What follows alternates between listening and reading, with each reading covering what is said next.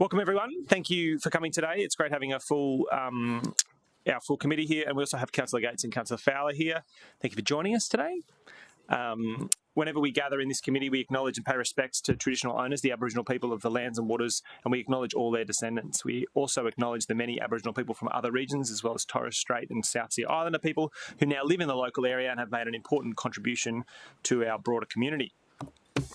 First item on the agenda is attendance and apologies. I don't think I have any attendance or apologies. Great having Josh Martin with us. Thank you, Councillor, for joining us. Good that you're at the Chamber of Commerce this morning and kept from timely entry due to the state road network. Absolutely. We're just going to confirm the minutes. Can I get a mover for the minutes of the meeting? Thank you, Councillor Marshall. Seconded, Councillor Wilkinson. All those in favour? That motion is those minutes are adopted. Thank you. Is there any conflict of interest declarations we have today? No? All right. The only start item is the forward planning schedule. Did anyone have any questions about the forward planning schedule? Can I get a mover for it? Councillor Curtis. Moved Councillor Curtis. Seconded Councillor Marshall. All those in favour? That motion is carried. Thank you. Our first report is a presentation about the Recreational Water Quality Management Plan, and I think we've got Kylie and her team.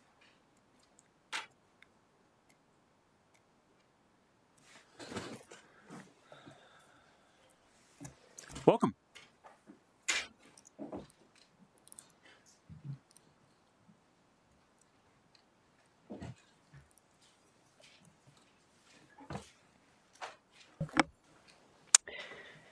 Good morning, Chair and Councillors.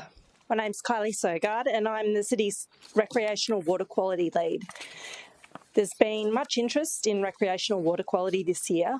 Following our presentation to this committee in May, I'm pleased to be able to share with you today the City's first strategic recreational water quality management plan.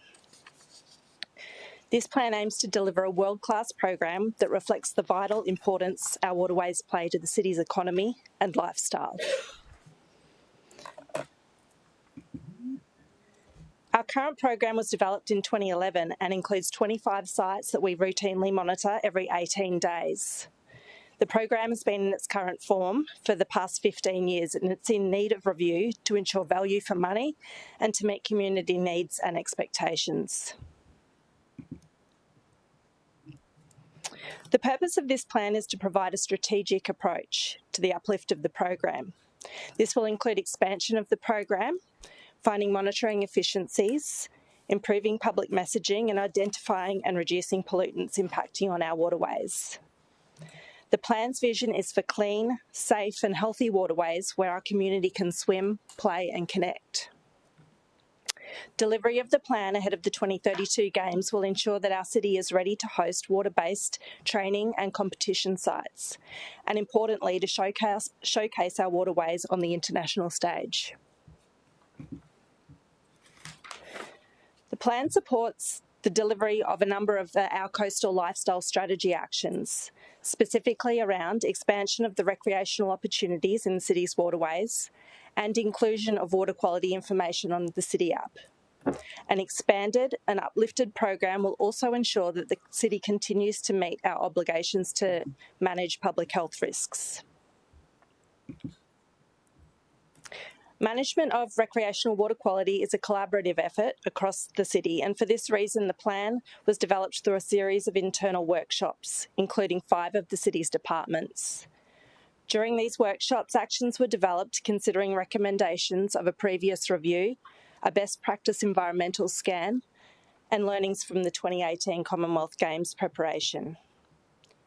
Feedback and support for the plan was sought from external stakeholders, including key community groups and state government departments, including Queensland Health, the Department of Environment, Tourism, Science and Innovation, Maritime Safety Queensland, and the Gold Coast Waterways Authority. At the conclusion of this process, we were able to establish 5 priority projects, which detail 15 separate actions to be delivered over 5 years. The 5 priority projects in the plan are site selection, city process, monitoring program design, improving water quality, and communication. Each of these projects includes specific high-level actions. Priority Project 1, Site Selection, aims to identify and prioritise our recreational water monitoring sites. There's estimated to be over 100 sites across the city that are currently used or have the potential to be used for recreation. The first action under this project is to establish a risk-based framework to prioritise sites to be included in the monitoring program. It is intended that the framework will score each site against a range of factors, including the type of recreational use, intended future uses, the number of people who use the site, and potential water quality and safety risks. The framework will be established with input from key stakeholders, and the scoring will be undertaken using data and collective site knowledge held across the various departments and divisions. Completion of this action will deliver a list of sites, each with an assigned priority ranking. Once the rankings are established, expansion of the program will be phased, with the specific number of sites added to the program dependent on the program efficiencies found through some of the other actions in the plan. The expansion will be scalable and will aim at including the maximum number of sites possible within the available resourcing. Opportunities will also be explored to expand the program through citizen science projects. Priority Project 2 is Monitoring Program Design. This project will develop a program to deliver the data required across an expanded number of sites. The project involves review of the 3 key program components. The first action is aimed at reviewing our routine microbial monitoring program. We have very strong baseline data for our current 25 sites, and we intend to explore whether less frequent or seasonally varied monitoring can deliver sufficient data for these sites going forward. Investigations will also be made as to whether in-field monitoring can be used to inform the need for microbial sampling and analysis. It is anticipated that efficiencies found through this review could facilitate the program expansions. Targeted monitoring programs will be developed under Action 2.2. These programs will supplement the routine program.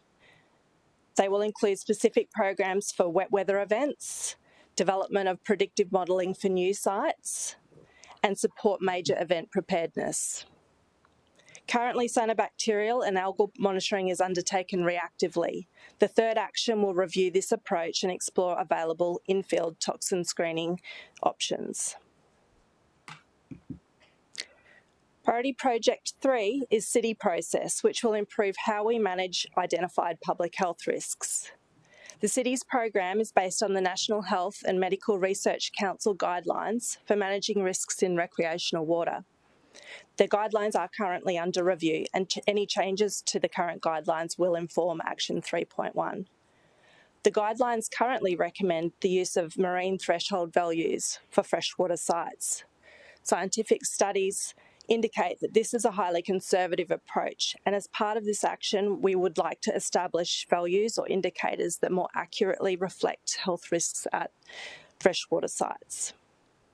Action 3.2 will support operators of commercial and community activities and sporting events to understand water-based health risks and their obligations to protect customers and participants.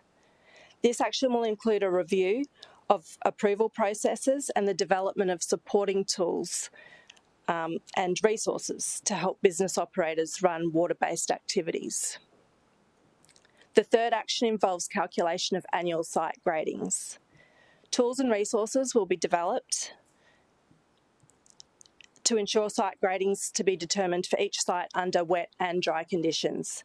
These gradings will be published alongside the short-term monitoring results and will enable us to identify declines or improvements in water quality over time. Priority Project 4 is about improving water quality. This project will identify and reduce water quality influences. There are 4 key actions that have been identified to support improving recreational water quality. The first action is to undertake detailed investigations for each site, including a comprehensive desktop assessments and in-field investigations aim to identify all activities and infrastructure that have the potential to impact on water quality. The second action seeks to tackle these potential pollution sources by undertaking targeted education and enforcement with regulators. This may include investigating illegal wastewater connections, non-compliant on-site wastewater systems, and by partnering with state agencies to manage illegal boat discharges. Action 4.3 looks at how the city can prevent potential impacts from sewage and stormwater infrastructure. This action seeks to ensure critical upgrades are prioritised where they have the potential to impact directly on recreational water bodies. The final action under this project is to undertake detailed site investigation at each of the Brisbane 2032 Games sites to ensure that any potential pollution inputs can be addressed well ahead of the Games. Lastly, Priority Project 5 is communication. It will provide education and awareness tools to the community. Our interactive map platform was launched earlier this year, and Action 5.1 is aimed at the continued enhancement and reach of this platform. The platform will be expanded to include further information, including long-term site gradings and algal monitoring data, and to further refine water quality predictions. Additionally, opportunities for physical signage will be explored to ensure up-to-date information is available at site access points. Educational material and content is to be developed under Action 5.2. This content will be aimed at making sure the community understands not only when it's safe to swim, but also what factors can cause impacts to waterways and how the community can support us in protecting them. Action 5.3 will involve seeking partnerships to increase awareness of our water quality platform and to promote our education and awareness messages through community groups, sporting clubs, and other government agencies. Implementation of the plan will be led by the Planning and Regulation Department, with key actions and associated resourcing shared across the 5 city departments. This will enable many of the actions to be delivered within current resourcing. The first year of the plan involves reviewing and establishing the detailed program design. The plan's delivery will prioritise finding efficiencies in the program. Any additional resources required to deliver the plan in years 2 to 5 will be sought as part of the annual budget process. The actions outlined in the plan are to be delivered in a phased approach across the next 5 years, which will see completion ahead of the Brisbane 2032 Games.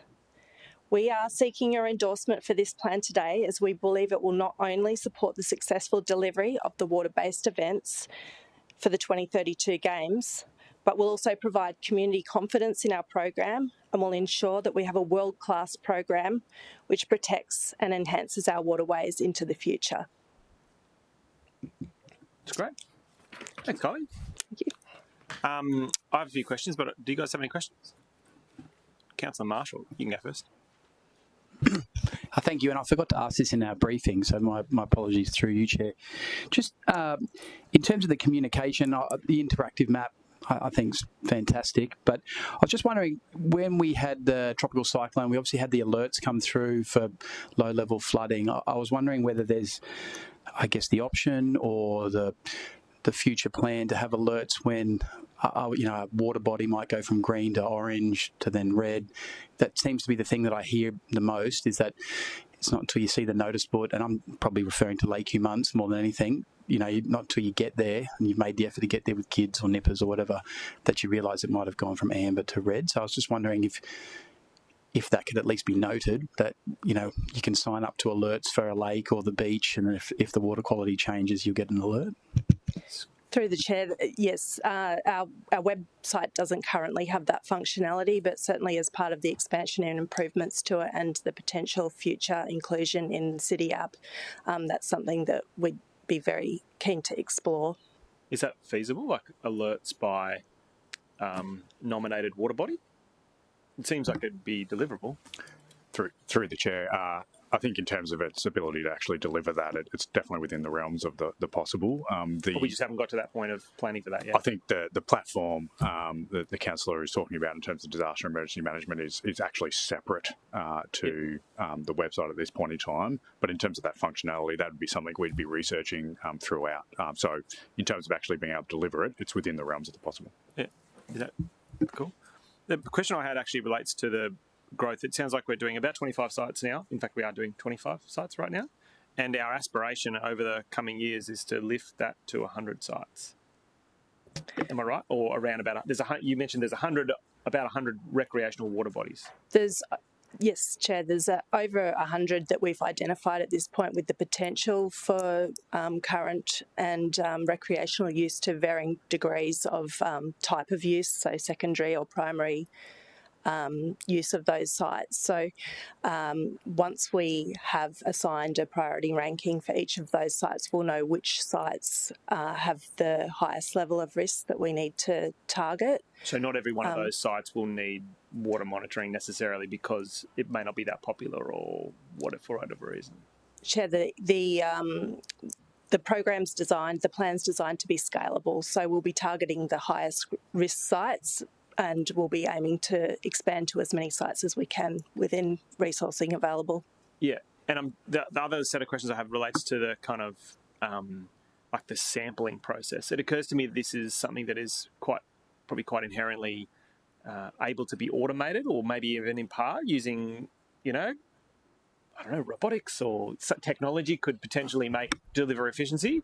And my question is, are we going to try to see those efficiencies delivered on the 25 sites first, or are we hoping that the growth in sites will facilitate kind of that engagement of technology? It's a chicken and egg question, but help me understand how that's going to play out.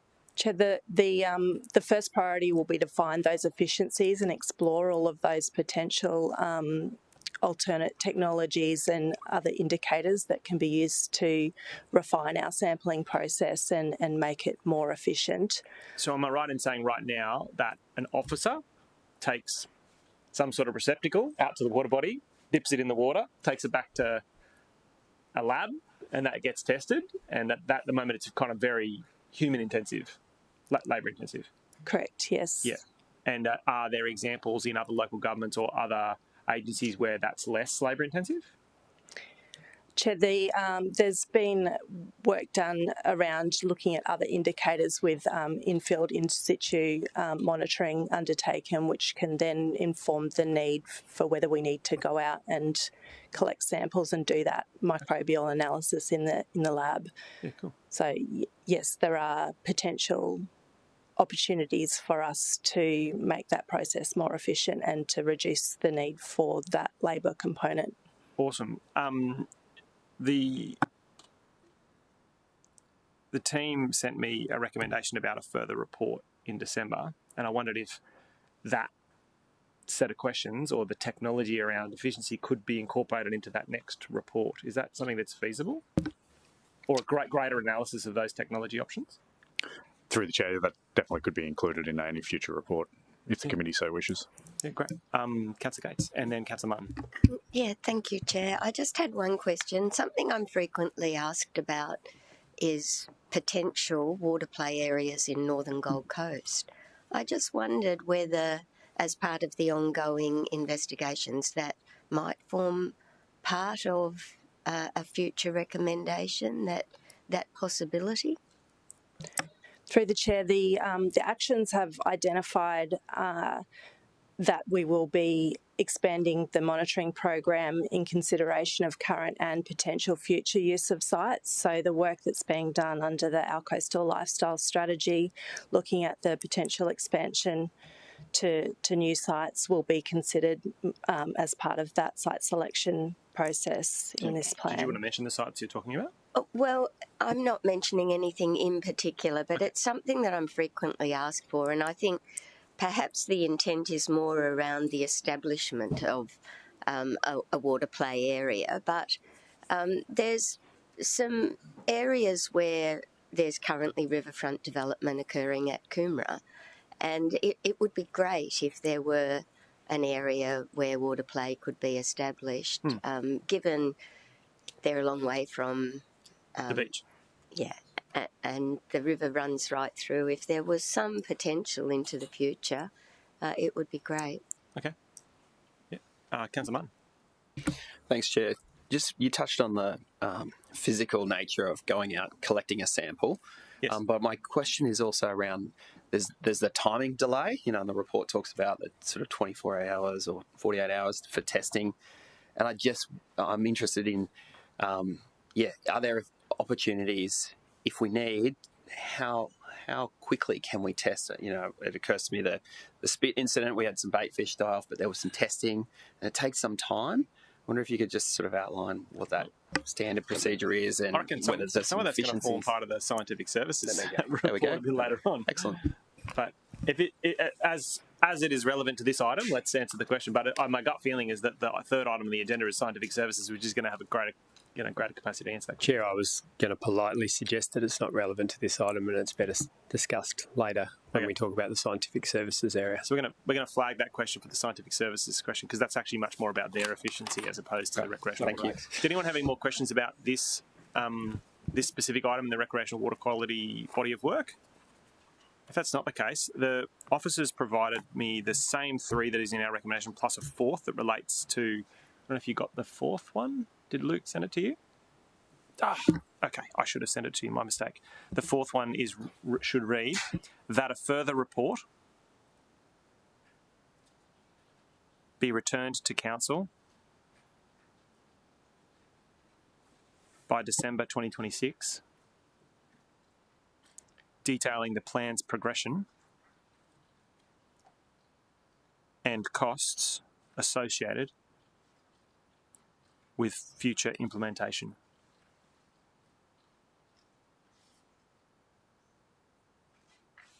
And it should be read that further report might also include a chapter or a section on technology and efficiency in that gathering and other elements of the process. I'm happy to move that, given that the officer provided me the additional report request, but Councillor Doran and Councillor Wilkinson maybe had questions. So I second it. So seconded by Councillor Wilkinson, but Councillor Doran, do you have a question? Yeah, just on the cost side. So if it's December 2026, we have resolved in the report. It says we'll resolve budget in the next budget. We'll resolve the costs. Won't we have a path forward on costs in the next budget? Any additional budget allocated would be subject to special budget anyway. Yeah. But this report is a more broad, multi-year strategy. I would suggest that's what it talks about. If there's a need to lift the 25 sites to more in the next financial year, that will have to be subject to a special budget report. Yeah. So I guess, do we need to have it outlined in a special report when it's going to have to come to budget anyway to implement the plan that we endorse at full council? Yeah, please, Tim.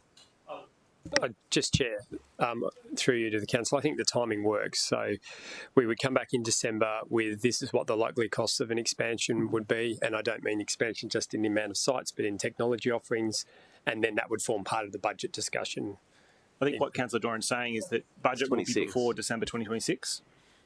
So we're going to do budget in March of 2026, and my understanding of the item or the additional four was that if there's a request in the next financial year, we'll deal with it in March and it'll need to be subject to a report. But at this stage, there isn't a plan to expand it at this point, and that report will be the future process. So we're not, loosely by this resolution, we're actually saying that in the next financial year, we're not going to expand the program at this time. Yep. Because the information isn't relevant to be able to support that.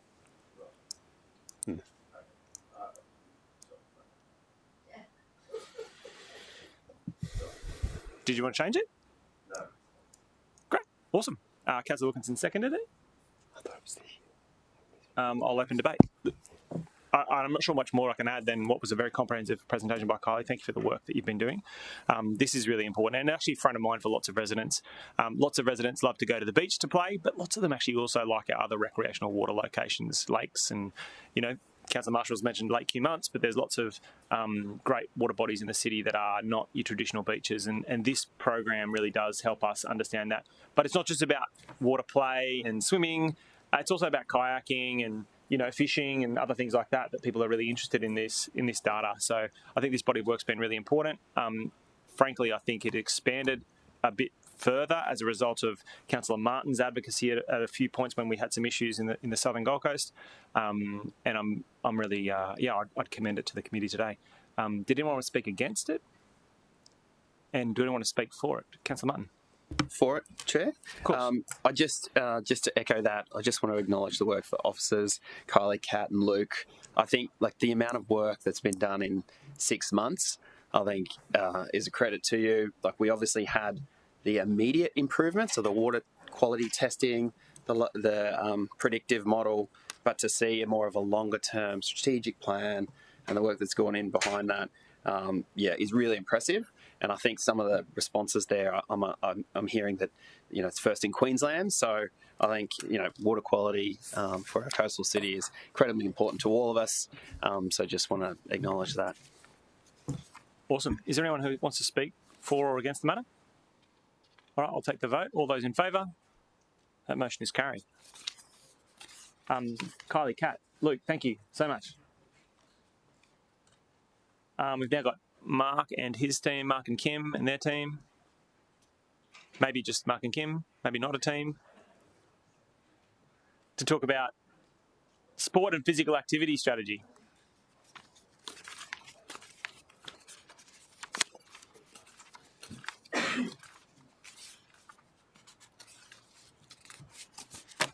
Welcome. We've got some good news.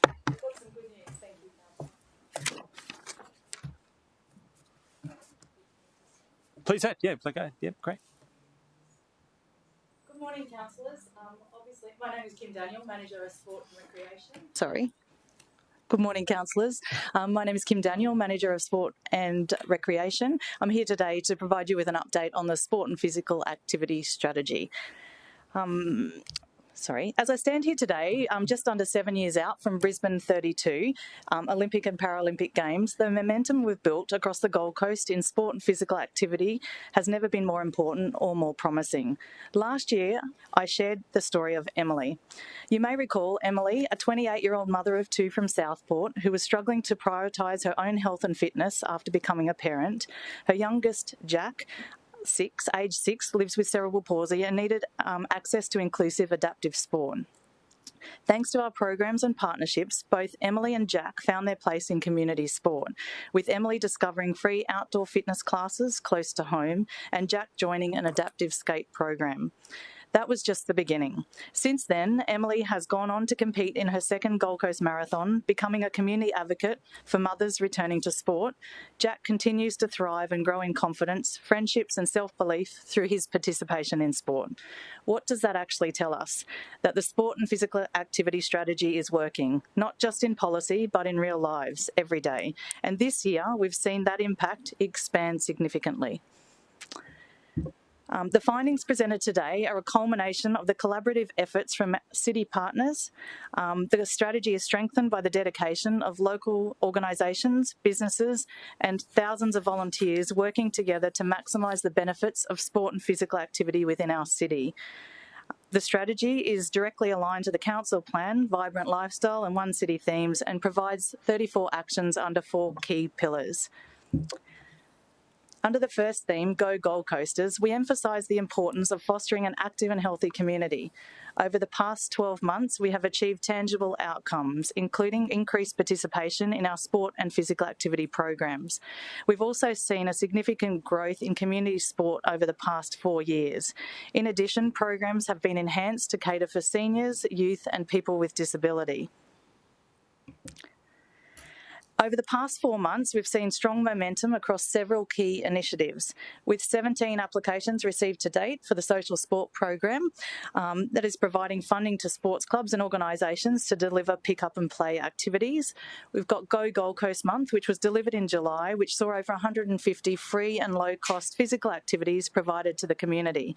We also delivered the city's first fitness festival, with over 5,000 people gathering at Broadwater Parklands, 800 of which actually participated in physical activity sessions on the day. Numerous opportunities were afforded to our sport and physical activity community to come together, network, exchange ideas and collaborate last year. We're continuing to strengthen our partnership with the Australian Sports Commission through the AusPlay survey pilot. This initiative will give us access to local participation rates across hundreds of sports and physical activities. This data is crucial in helping us track our progress towards our ultimate goal, getting more of our community moving more often. We're also continuing to deliver and refine our sports data play dashboard and the sport prioritisation matrix, which ranks sports based on a range of factors, including participation and membership levels, the inclusiveness, accessibility and equity of our programs and infrastructure, infrastructure capacity, economic impact, reputation, and obviously opportunities linked to 2032. This work is essential to guiding our future infrastructure investment, as well as planning and allocating sports fields and sports clubs across our city.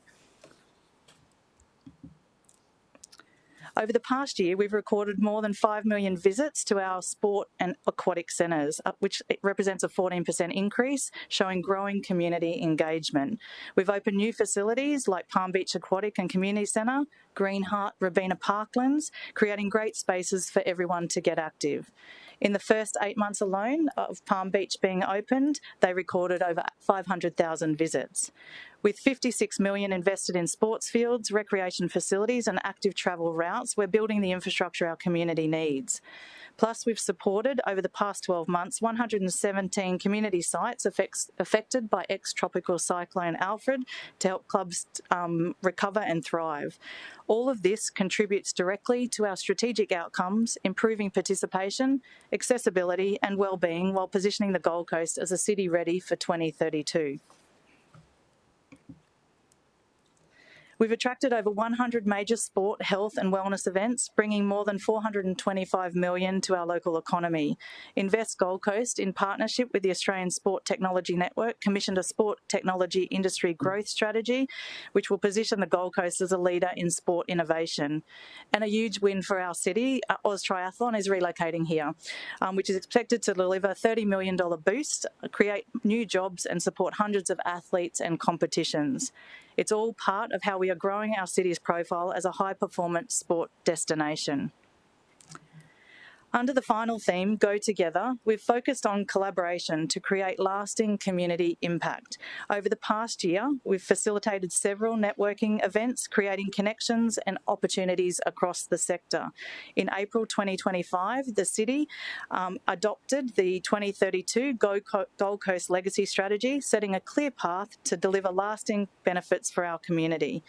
Key partnerships with Health and Wellbeing Queensland, Griffith University and the Gold Coast Recreation and Sport are already helping us turn our strategy vision into action through more inclusive programs, equipping allied health professionals with the knowledge and skills to prescribe physical activity and to provide people with disability increased opportunities to participate in sport, and research to advance opportunities for women with disability in sport.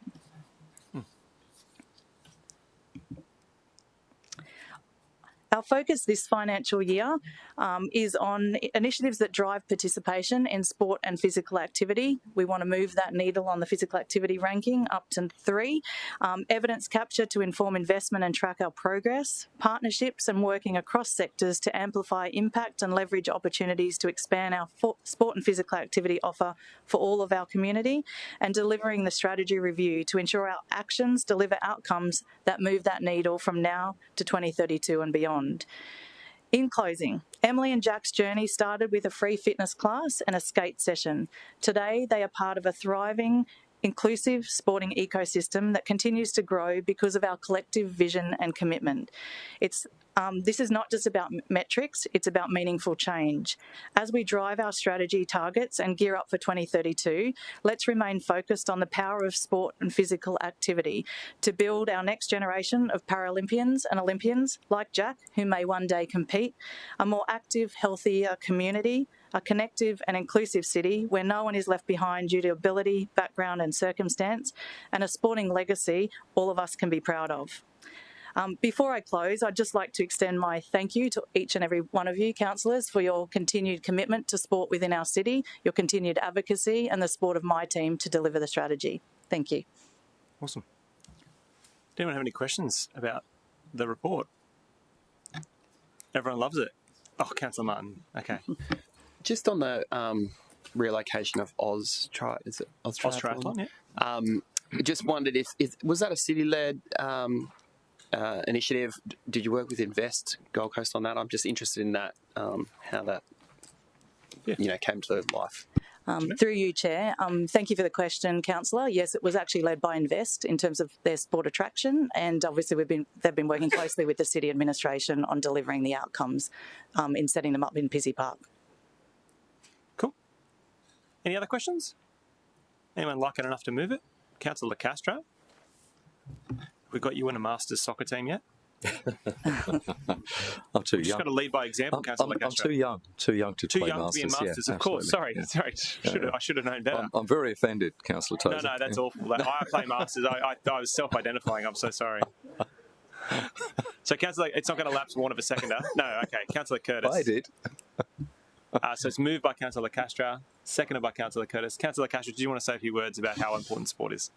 No, only just say it's a fabulous report and a lot of work, as always, that's gone into it. And it makes it quite clear to all and sundry how important sport is to our city and how proactive we are in ensuring that we stay at the forefront of major events and attracting NSOs. That's a huge coup to actually get Oz Triathlon here. That's massive, and particularly in the lead up to 2032. It's so important that we don't take our finger off the pulse or our foot off the ball. This is an excellent report and just shows we're moving in the right direction. Congrats to all, and thanks for keeping us updated. Great. I've got Councillor Gates and Councillor Marshall, and as is our practice, I think Councillor Gates wants to apologise for a comment she made. Everyone gets a chance for a cheerlead. I'm not very good at saying sorry. Were you saying sorry to Councillor Gates? I said he was a liar. Assuming wow, about not being a master. Wow, okay. I just wanted to make a comment on one of the dot points that summarises the way forward and the priorities. And, of course, one of them being something that's very dear to my heart, which is the universal change rooms. And because the CEO's here, I just wanted to acknowledge the work that's being done in that space because each and every one of us is constantly concerned about the shortage of female change rooms and the difficulties that our female sports people have faced in getting changed after training and so on. So this 10-year program is just so well received by each of us, and we're very appreciative that the funding's been made available to focus on the highest needs, that they've been prioritised and that we will work through them. So thank you. Councillor Marshall, you had your hand raised. You'd like to say a few words? Yeah, look, I just want to thank you for the report. I really enjoyed it and love this sort of aspect of what we do at Council, but I also just wanted to give a shout out to Gold Coast Sport and Rec and the partnership that you've got with them, in particular with the adaptive skate comp that we had this year, and a shout out to Jesse from Rock and Slide. First adaptive disabled skateboarding event in the country, held at Pizzey Park. It was an amazing evening. So I want to thank you for that and helping to put that together with Gold Coast Sport and Rec. That was really, a really great evening and we'll sort of go on now into the future. Top stuff, Councillor Marshall. I did want to touch on something that's in the report. It's the stuff that's measured by the Queensland Preventative Health Survey, and that's the one that rated us in the 2023. We were 7th, and in this one we're not 7th anymore. We're moving up the leaderboard and we're in 5th now. Am I reading that correctly? Correct. And so when is the next Queensland Preventative Health Survey going to be done? The data won't be released until 26-27, we believe. And so now we're in 5th, and just if everyone is interested in the leaderboard,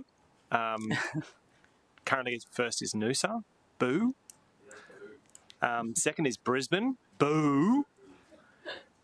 Sunshine Coast is 3rd, and then Douglas is 4th, and we're 5th.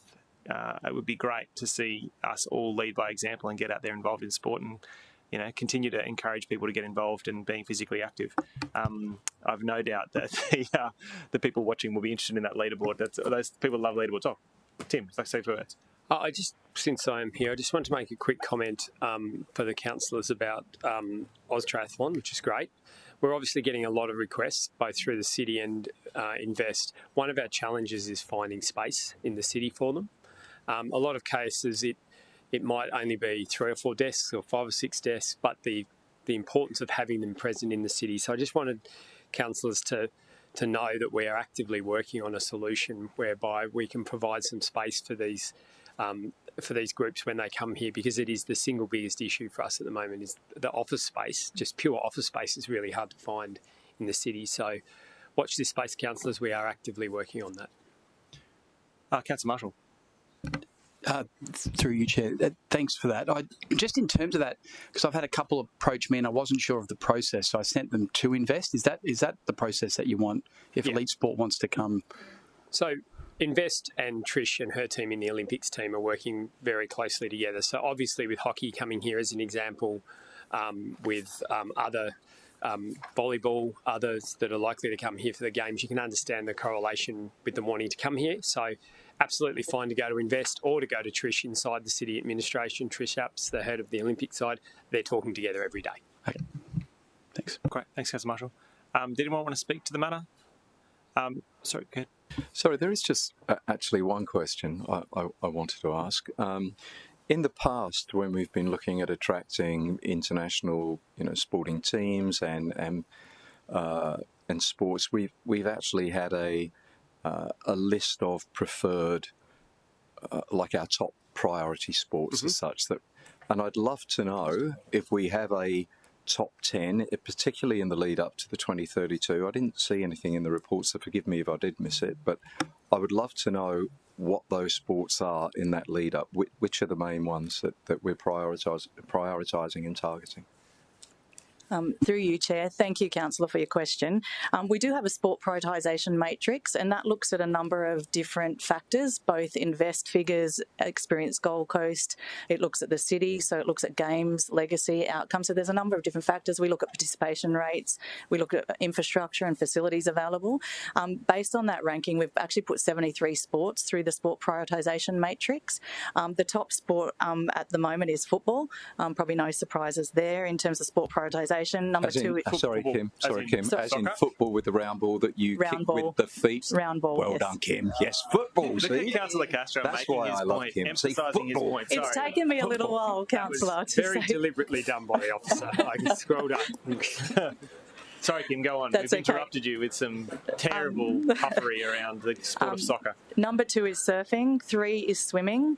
4 is AFL. I think we can probably send you an exclusive, like the list of the prioritisation rather than listed out today. So I appreciate we're in debate, but that's a really important question, I think. And so how will that matrix be shaped when the Olympics comes in 2028 and when the exhibition sports are selected for 2032?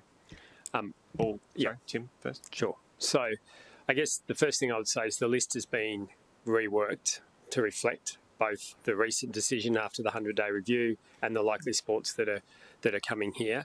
I just remind everyone, and the thousands watching at home, that no decisions have been made or will be made on the actual allocation. The final decision is likely to be 12 to 18 months out. That's how they've done it in all of the games. So the venues have been decided as part of the 100-day review. And obviously, if you select a hockey venue, you can expect that hockey will be played there. But the decision on where the sports will be played is the decision for the organising committee. And the organising committee traditionally make that decision only 2 years out. So what we're doing is doing our best to stay abreast of those changes. We're updating the priority list. There are 3 main things at play here, though. So just so we're clear. There's the physical organisations like Triathlon, Swimming Australia, whoever else, Football Australia, and our work in trying to get them to be located here. The second one is the lead-up events, and that's important as well. So that might be the Australian Championships, the World Championships, and so for hockey, for swimming even, given that we have the ability to do that, and we've got work in play trying to attract those events. And then the third one, which is the one that is talked about a lot, but it requires a lot of work, is around the training camps and the pre-training. So trying to get the American swim team to come to the Gold Coast, or trying to get the British athletics team to come to the Gold Coast. Those 3 pieces of work are all being coordinated by Trish and by this team together with both Experience and Invest, because from an experience point of view, it could be a big event like the the World Swimming Championships. So rest assured, the teams are all working very closely together, but they're the three main focuses, and we're using that priority matrix to determine which are the ones we go hunting for, or, to be honest, which are the ones that don't really work for us as a city. Yeah, and I think that's a really important point. It occurs to me that as we get to the 2028 Olympics in LA and we also start seeing the selections of exhibition sports come through, you know, if for instance, cricket ends up being a sport in 2032, that's going to have a pressure on the number of people and young people who want to participate in cricket, and that's going to impact the amount of cricket fields that matter to us here in the city. Same with something like, you know, God forbid they pick pickleball or something like that. That's going to have a profound impact because we don't have a lot of those courts, but lots of people are going to want to get into it, and it's quite an easy sport to participate in. So to me, there's also a piece around converting that. And whilst this report doesn't deal with heavy infrastructure, it actually does relate to participation, which I think is something that comes up with councillors all the time. But just one point, not wanting to correct you, Chair, but so the concept of exhibition sports has gone now from so you're either a sport or you're not. Right. So you're either in or you're not. So a lot of people described flag football as a exhibition sport. It's not. There'll be a gold medal. They'll get a gold medal. They're a sport. So that's the new model. So you're either in or you're out. Okay. Yeah. Flag football is in the US at the next games. So they'll be giving a gold, bronze, and silver in flag football. Right. There you go. Okay. We're in live. That was both questions and debate. Please, Councillor Doran. Do you think Kim could step through the remainder of the top 10? Oh, yes. Do you know the remainder of the top 10? So so just to clarify, we had Noosa, Brisbane. Oh, sports. Sorry, my bad. I can provide it. Football, surfing, swimming, AFL. Through you, Chair, I do actually, Councillor Doran, I can provide that for you. So I've got some here, about 26. So football, surfing and stand-up paddleboarding, swimming, AFL, athletics, basketball, rugby league, triathlon, surf lifesaving, rugby union and rugby sevens, tennis, running, so marathon and trail running. Cricket. 12. That's a top 12.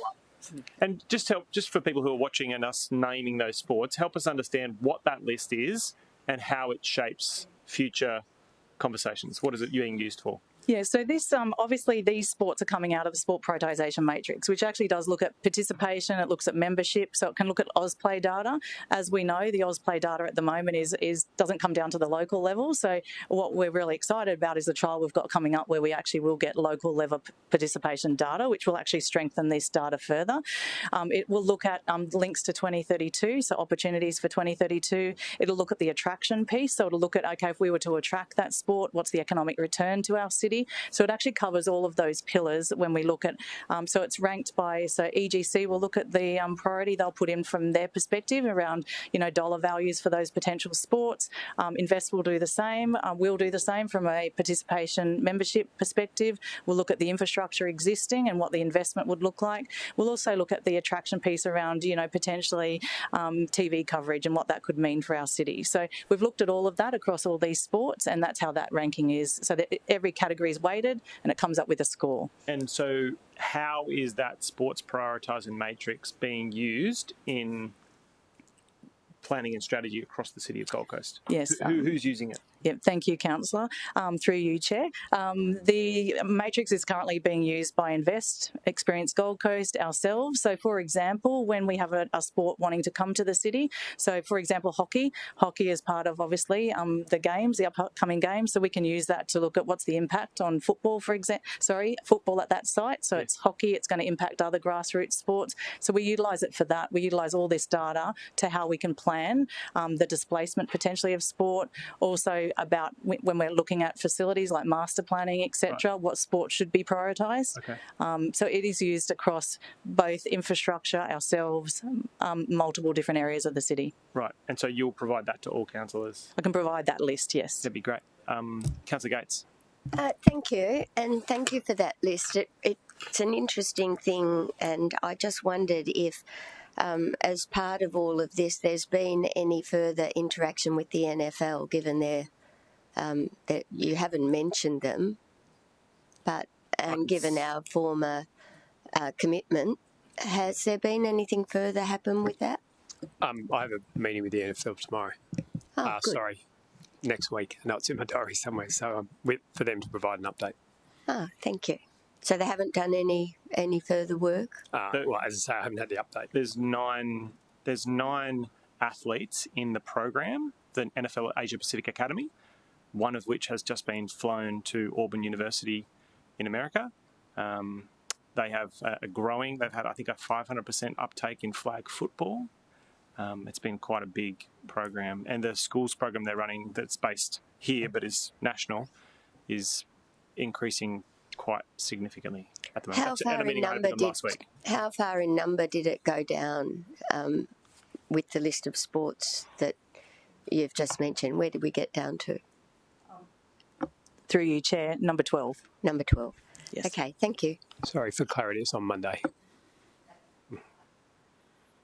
Any other questions? So we had a mover in Councillor Castro and a secondary, Councillor Wilkinson. I feel like we've done kind of debate and questions together. Is there anyone who wanted to say a few words? No? Councillor Castro, would you like to close? All right. All those in favour? Motion is carried. Kim, Mark, thank you. Well done. That was excellent. Yeah, thank you. Good job. Oh, sorry, Councillor Curtis seconded that, so my bad.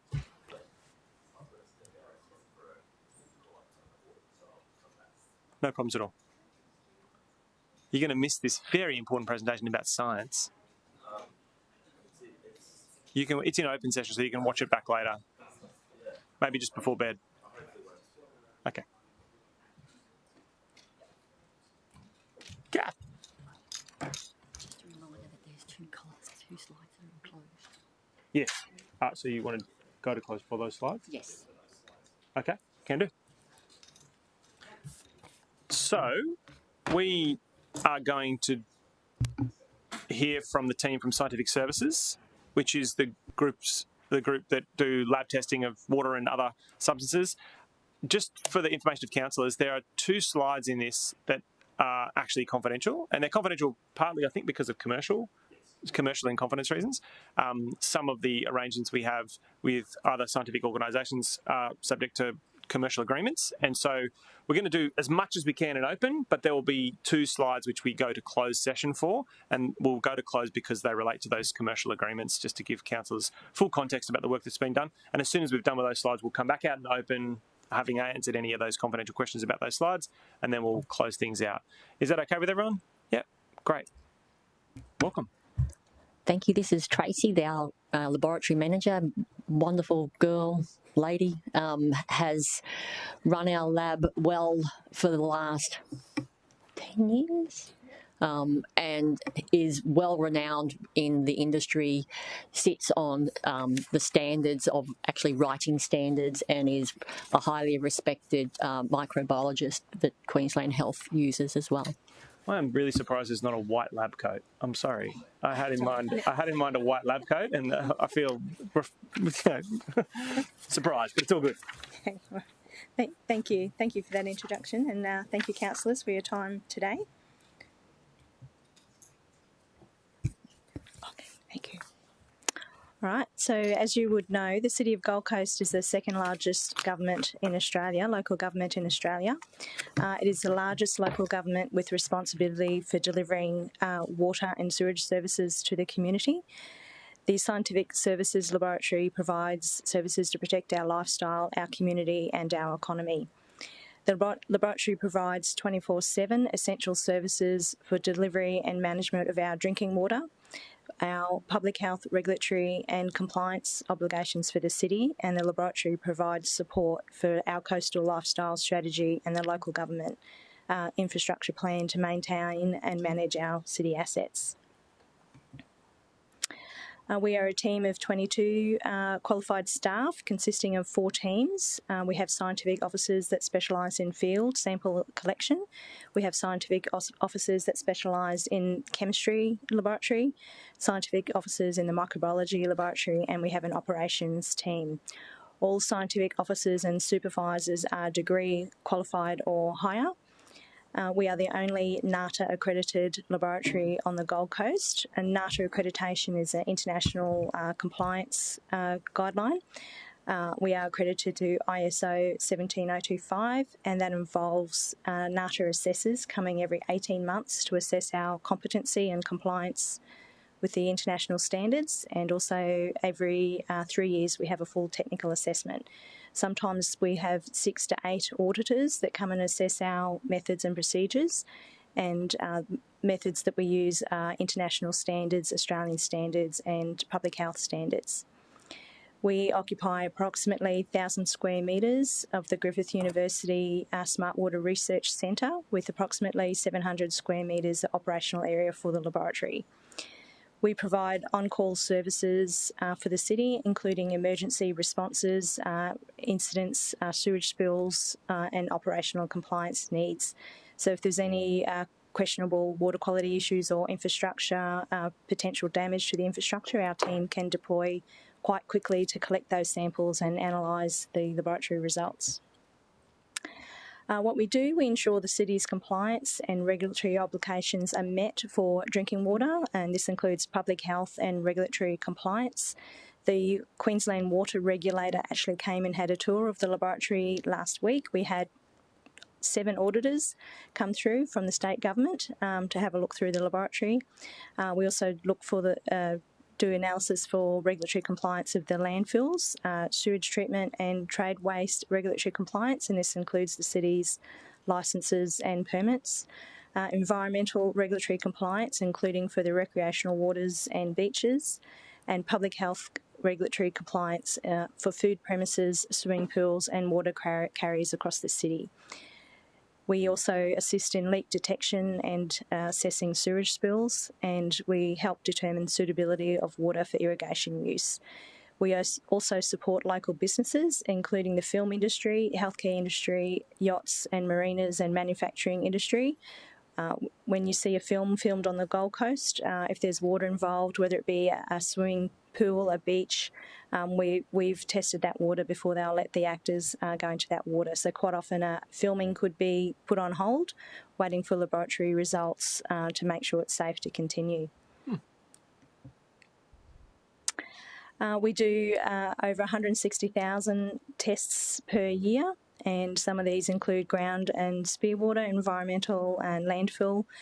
Potable water is a big proportion of the testing that we do for the city. We also look at the recycled water to make sure we're meeting our obligations and compliance regulations there. We assist with seepage detection. Sewage treatment plant compliance is another big area of work that we do for the city. Swimming pools, we test over 1,400, we do 1,400 swimming pool tests per year. And obviously with the Commonwealth Games coming up, this will probably intensify into Olympic Games, lead in to that testing, as it did for the Commonwealth Games in 2018. We do over 34,000 drinking water quality tests, over 32,000 sewage treatment plant tests, and over 46,000 environmental tests. We do algae analysis of the phycology that Kylie was talking about earlier today. We do that testing in our laboratory, chemistry testing, field analysis. Our field officers for sample collection have a separate NATA accreditation, so they are assessed every 18 months when the NATA assessors come to look at the laboratory as well. Metals analysis, over 21,000 microbiology tests, over 42,000 nutrients, over 4,000 organics, and around 6,000 external tests. External tests are tests that we don't have the capability to do in-house, and we're planning on building that capability.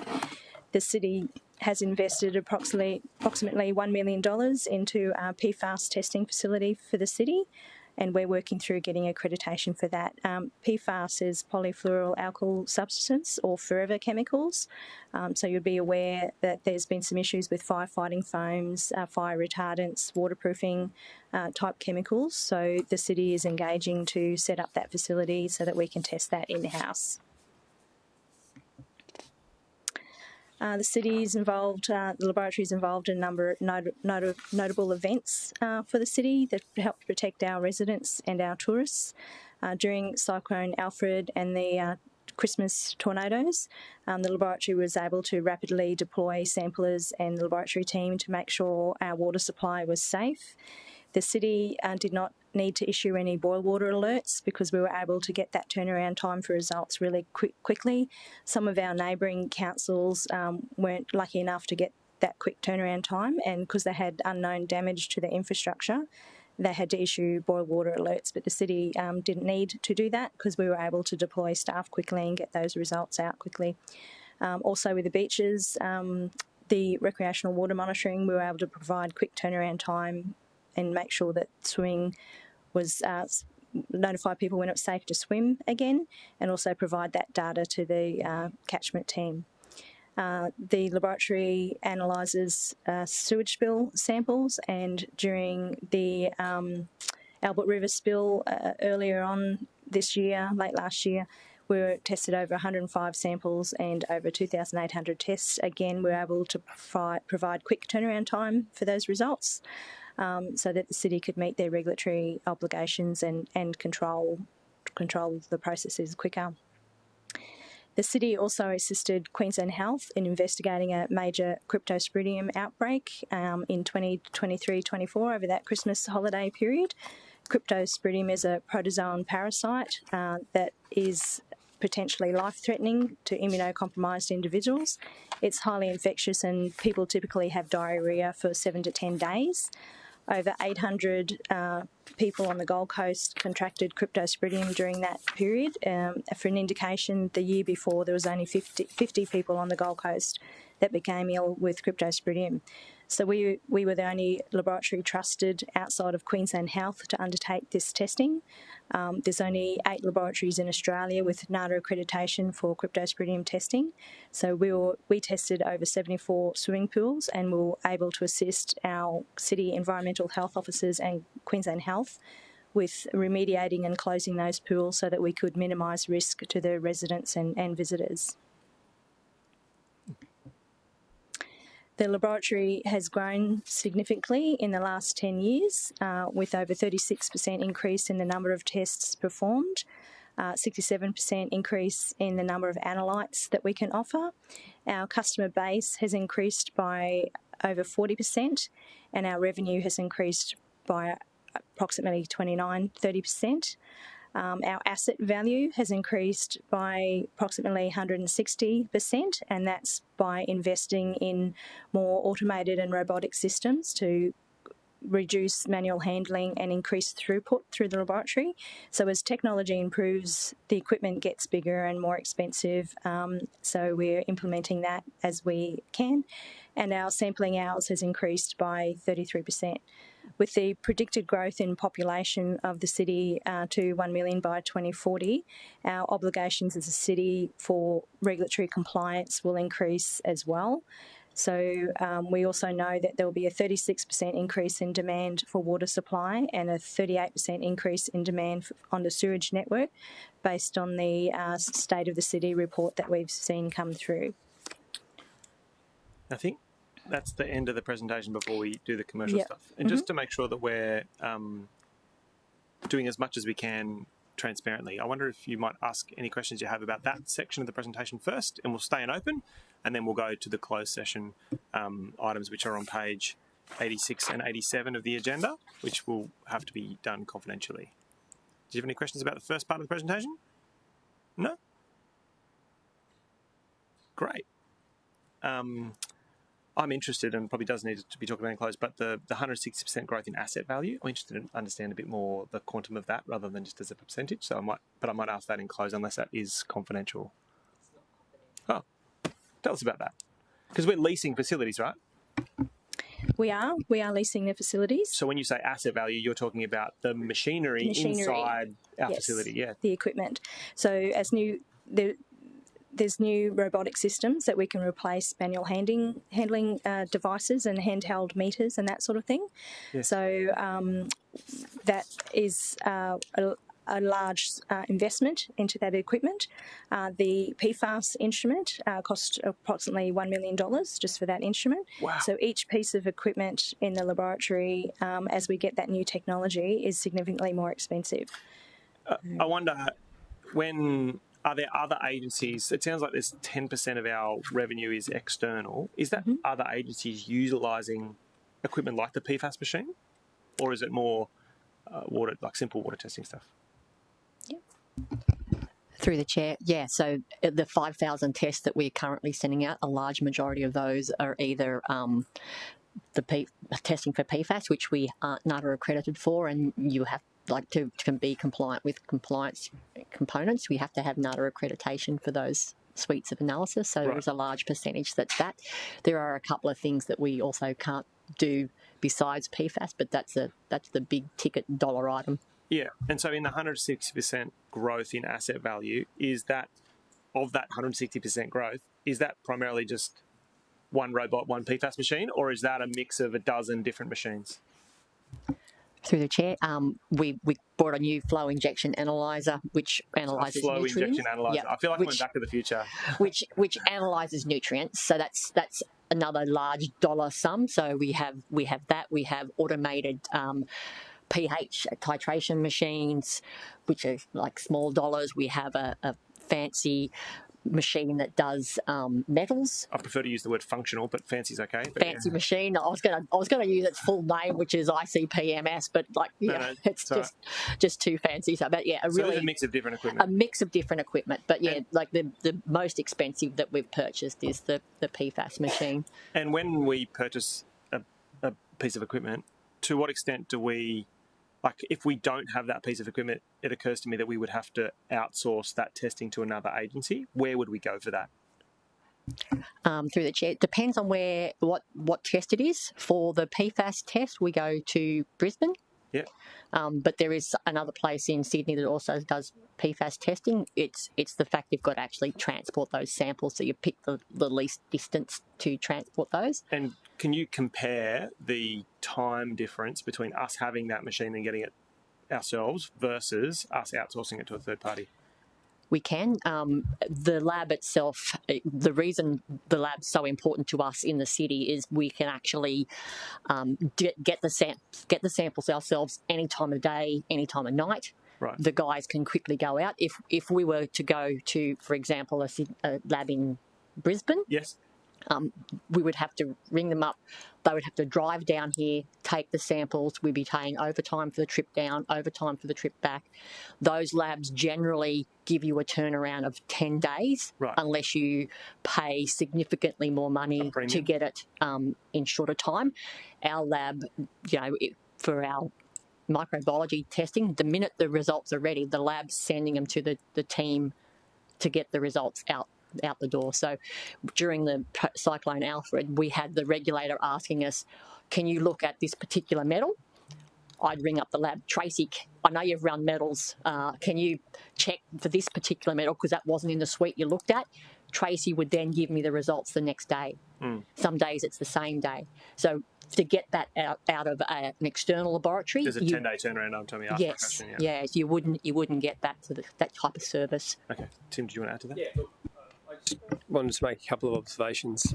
So the first is, over the however long I've been doing this job and the last one, the equipment's becoming more expensive and better, but more expensive. So essentially what we do is we look at the range of tests that are required in the city, and there are literally hundreds, maybe even thousands, and then we make a risk-based assessment on what is the cost for us to buy that piece of equipment and what is the risk that it is mitigating. Now, the acting EGM's given you a really good practical example of that, but there are other cases where the team, Tracy and the team, might be able to do that test, but it is very manual orientated, and it's either not as accurate or it takes longer. So we're constantly making that assessment. But as a general rule, to get a lab at the quality we need, those costs have just gone through the roof. Yeah. And that's partly because the equipment's becoming more complicated. They're in high demand.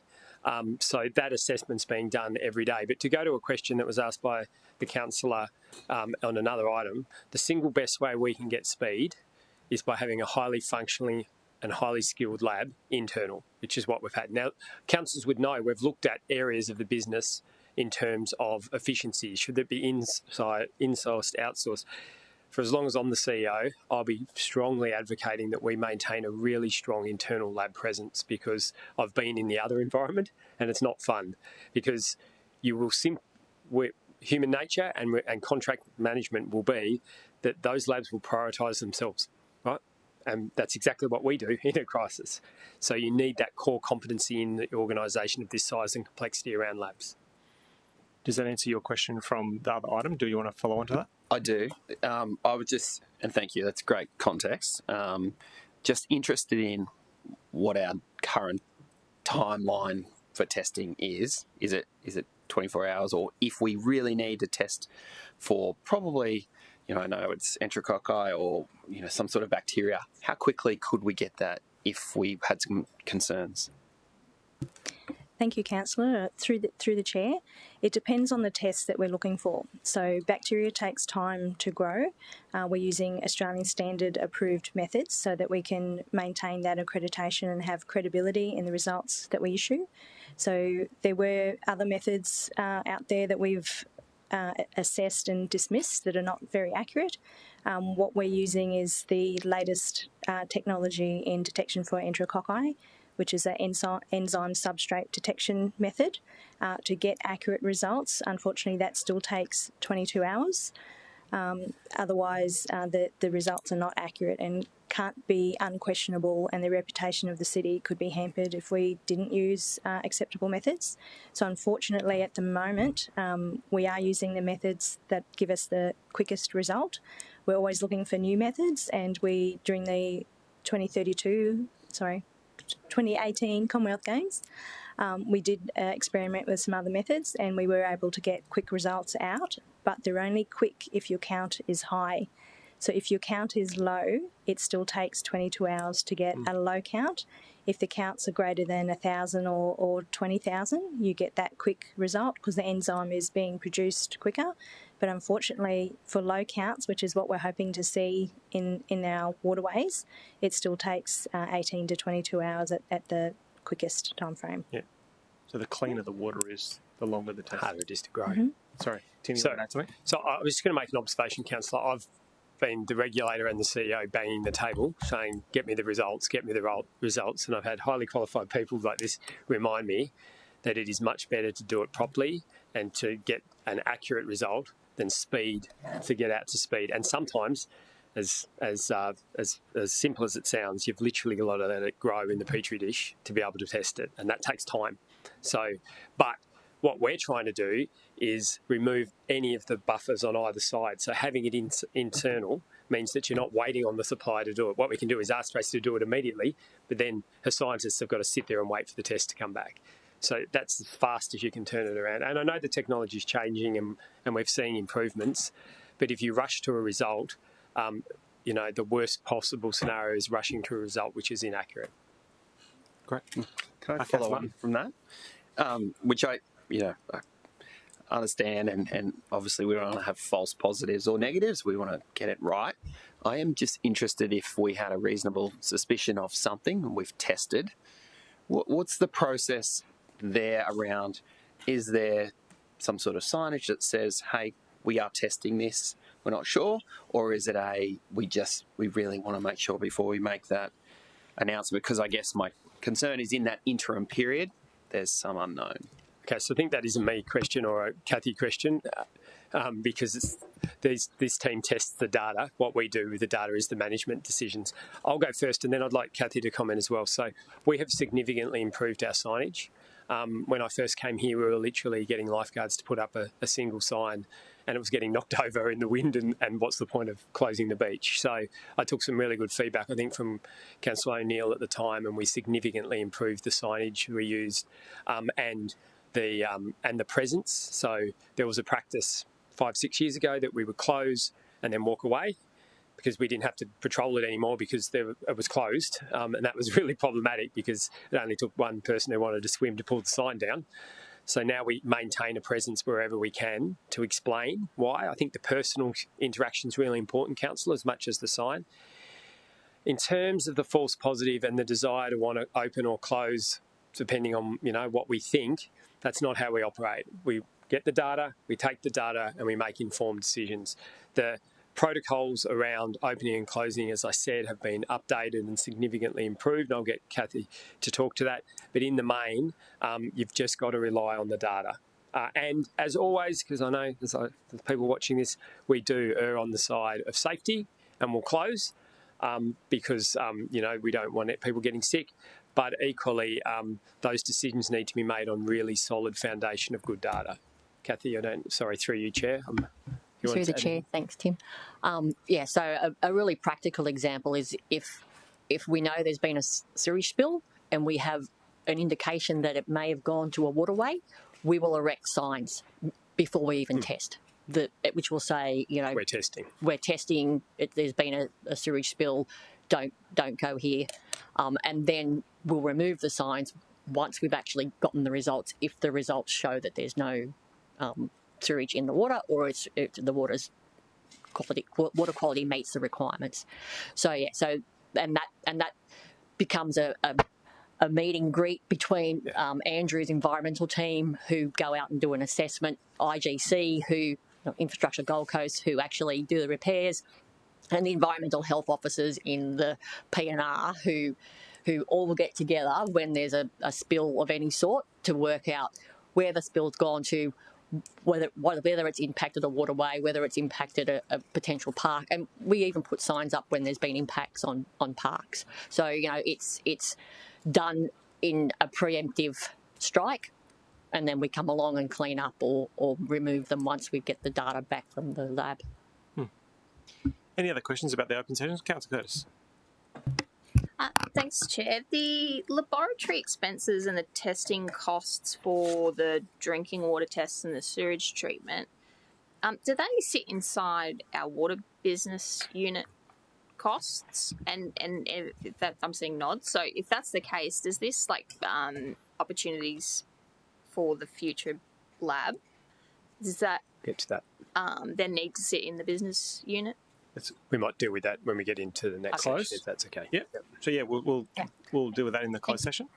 Any other questions about the open session items up to page 85? No? All right, great. So we're going to move to close. I'm happy to move to close on the basis of, I think one of them talks about a commercial matter involving the local government. The items that we're referring to are on page 86 and 87 of the agenda, and they refer to commercial agreements that the scientific services team undertake in partnership with other agencies. Seconded by Councillor Martin. All those in favour? That motion is carried. We'll move to close. To the live